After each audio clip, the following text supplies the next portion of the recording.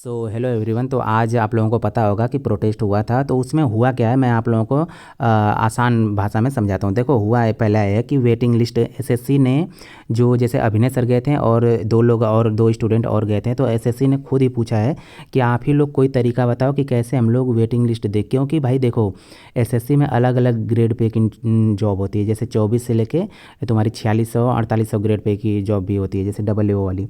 तो भाई अलग अलग अगर ग्रेड पे की जॉब है तो वेटिंग लिस्ट देना उसमें बहुत कॉम्प्लिकेटेड प्रोसेस हो जाता है। और मैं बहुत पहले से भी बोल रहा था कि भाई वेटिंग लिस्ट इतना आसानी से नहीं किया जा सकता।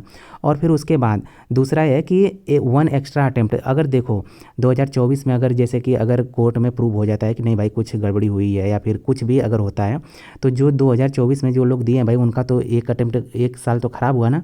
तो उनके लिए क्या होगा कि कोर्ट से एक एक्स्ट्रा अटेम्प्ट उनको एग्ज़ाम देने के लिए दिया जाएगा। जैसे कि 30 साल तक अगर एज होती है तो 31 तक दे सकते हैं, ऐसा कुछ। अब देखो, ये है कि अब वेंडर इस बार चेंज होगा। इस पे आपको बहुत से टीचर्स लोग डराने वराने की कोशिश करेंगे, लेकिन आपको डरना नहीं है। क्वेश्चन वही PYQ बेस ही आएंगे।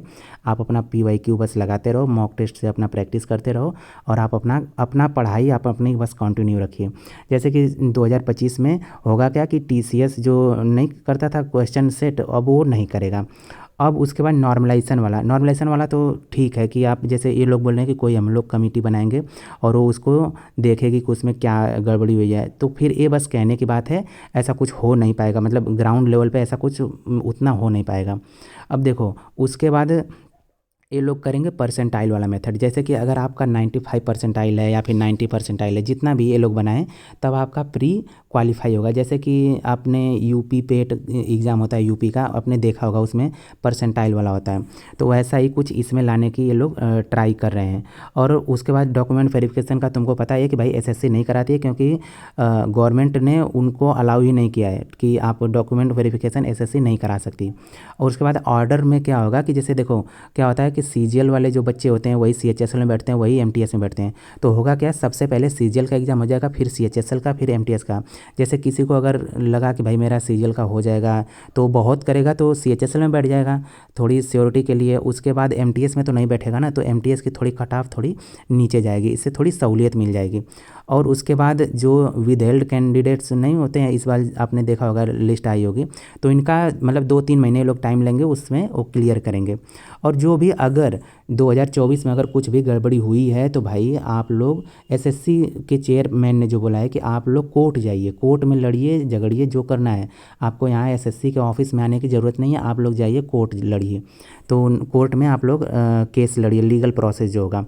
अब भाई देखो, इंफ्रास्ट्रक्चर के रिगार्डिंग ये लोग ये बोल रहे हैं कि अगर जैसे हो सकता है कि एसएससी जैसे 100 रुपये का फॉर्म आता है, तो ये लोग क्या करेंगे कि 200 या फिर 250 जितना भी अगर चार्ज बढ़ाएंगे, क्योंकि इंफ्रास्ट्रक्चर जब तक नहीं बढ़ाएंगे, जैसे कि आप लोगों ने देखा होगा कि बहुत से सेंटर पे चीटिंग होती है वगैरह वगैरह, क्योंकि सही से नहीं है ना इनका इंफ्रास्ट्रक्चर, उतना ढंग से नहीं बनाए पड़े हैं लोग। तो भाई ये लोग थोड़ा पैसा ज़्यादा लेंगे ताकि हमें और अच्छे से सब कंडक्ट एग्ज़ाम करा पाएँ। और देखो, ये सब पूरी चीज़ें ना वर्बली, बस जैसे एसएससी के चेयरमैन ने बस मुंह से वैसे बोल दिया। अगर एक महीने के अंदर में, मतलब इसी महीने के अंदर 20-25 दिन के अंदर में अगर कोई ऑफिशियली नोटिस नहीं आता है एसएससी की तरफ से, तो आप ये समझ लेना कि बस ये बस हवाई बातें हैं, बस हवा में की गई हैं। इसका ग्राउंड लेवल से लेना देना कुछ नहीं है। अगर 20-25 दिन में अगर कोई नोटिस नहीं आ जाती है, तो जैसे 21 अप्रैल को एसएससी सीजीएल 2025 का नोटिफिकेशन आने वाला है, तो अगर उससे पहले अगर कुछ नहीं आ जाता है तो फिर आप ये समझ लेना कि ये सब नोटिस, ये सब जो बातें हुई हैं, इसका कोई लेना देना नहीं है। मतलब ग्राउंड लेवल पे ऐसा कुछ होने वाला नहीं है। तो भाई यही रहा आज का पूरा क्रक्स। और आप अपनी पढ़ाई करते रहिए भाई, PYQ लगाइए, बस बस PYQ आप लगाते रहिए, और बुक से जितना ज़्यादा हो सके बुक से पढ़िए भाई। थैंक यू भाई।